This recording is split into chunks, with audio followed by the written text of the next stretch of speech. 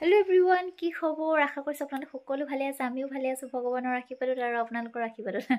হাঁহিছোঁ তাৰমানে কি গম পাইছেনে? গৰমত গৰম বস্তু খাব লাগে, হয় নাই বাৰু?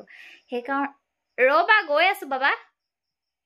সেইকাৰণে ভাবিছোঁ আজি কি জানেনে, মানে হাজবেণ্ডে মাতি আছে মানে কি হ'ল, হাঁহ লৈ আহিছে হাঁহ কটা মেলা কৰি আছে আৰু কিছুমান দায়িত্ব মোৰো থাকেতো, সেইকাৰণে মোক কৰিবলৈ মাতি আছে কামবোৰ। তাৰপিছত মছলাৰ কাৰণে মই ৰেডি কৰি আছোঁ। কি কৰি আছোঁ মই ৰুমৰ পৰাই আৰু দেই, কি কৰিব এতিয়া তাত বিজেটো অকণমান হাল্লা হৈ আছে যে, সেইকাৰণে আৰু মানে হাঁহ খাবলৈ বহুত দিনৰ পৰা মোৰো মন গৈ আছিলে, হাজবেণ্ডো মন গৈ আছিলে, সেইকাৰণে লৈ আহিলোঁ। গৰমত গৰম বস্তুৱে খাব লাগে, হয় নাই বাৰু? তাকে আপোনালোকক দেখাই আছোঁ দেই, চাই থাকিব আৰু গৰম দিব।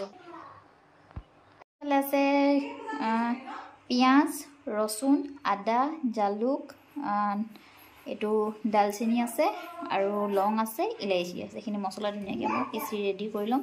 হাজবেণ্ডে মাংসখিনি কাটি ধুনীয়াকৈ ৰেডি কৰি দিলে আৰু এতিয়া মোৰ দায়িত্ব কি গম পাইছেনে? কিনা হাঁহত ঠোঁটলৈকে মঙহ নহয় জানো?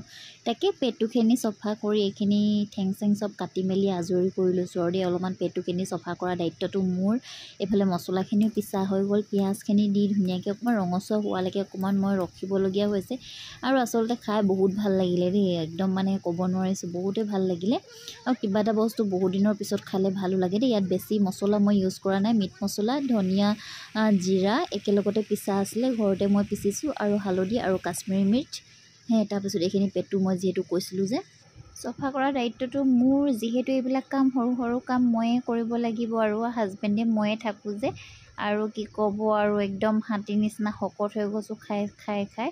তাকে হাজবেণ্ডে কৈছে তুমি য়োগা কৰিবা দেই, এক্সাৰচাইজ কৰিবা, ইমান শকত হৈ গৈছে, কি কৰিব একদম ল'ৰা ছোৱালীৰ লগত একেবাৰে সময় নাপাওঁ এক্সাৰচাইজ কৰিবলৈ, আৰু ৰাতি শোৱা দেৰি হয়, ৰাতিপুৱা উঠা দেৰি হয়, তেনেকৈ আৰু উপায় নাই, এক্সাৰচাইজ কৰাই হোৱা নাই। এতিয়া ভাবিছোঁ অলপমান নিজকে নিজে সময়টো দিম বুলি, এক্সাৰচাইজ কৰিব লাগিব। বহুত শকত হৈ গৈছোঁ, কি ক'ব আৰু এনেকুৱা হৈ যায় ন, কিছুমান বস্তু পেলাই দিবলৈ বেয়া লাগে বুলি আৰু খাই দিওঁ, আৰু খাই খাই সেই শকত হৈ গৈ আছোঁ। কি কৰিব, উপায় নাই ন। আমাৰ একেবাৰে মানে আমাৰ ঘৰৰ ঘৰৰ চবেই আমি শকত যে, সেইটো কাৰণে হাতীৰ নিচিনা হৈ গৈছোঁ, খাই খাই শকত হৈছোঁ আৰু তেনেকুৱা। আৰু খাব লাগে, হয় নাই বাৰু? কিমান দিননো জীয়াই থাকিম? যিমান দিন জীয়াই আছোঁ ভালছে খাই লৈ পিনি লৈছোঁ, আৰু পিছত যি হয় হ'ব আৰু, দেখা যাব নিচিনা বুলি ভাবিবলগীয়া হৈছে আৰু কি কৰিব, উপায় নাই। আৰু তাকে এইখিনি কাটি মই চফাকৈ ফাৰ্ষ্টতে ধুই লৈ কাটিলোঁ, আকৌ কাটি মেলি ধুবলগীয়া হ'ল। এইখিনি ধুনীয়াকৈ দেখিছেনে? একদম কালাৰটো যেনেকুৱা দেখিবলৈ ধুনীয়া, আচলতে বস্তু কিছুমান দেখিবলৈ ধুনীয়া হ'লে খায়ো বহুত ভাল লাগে, আপোনালোকে নিশ্চয় গম পায়।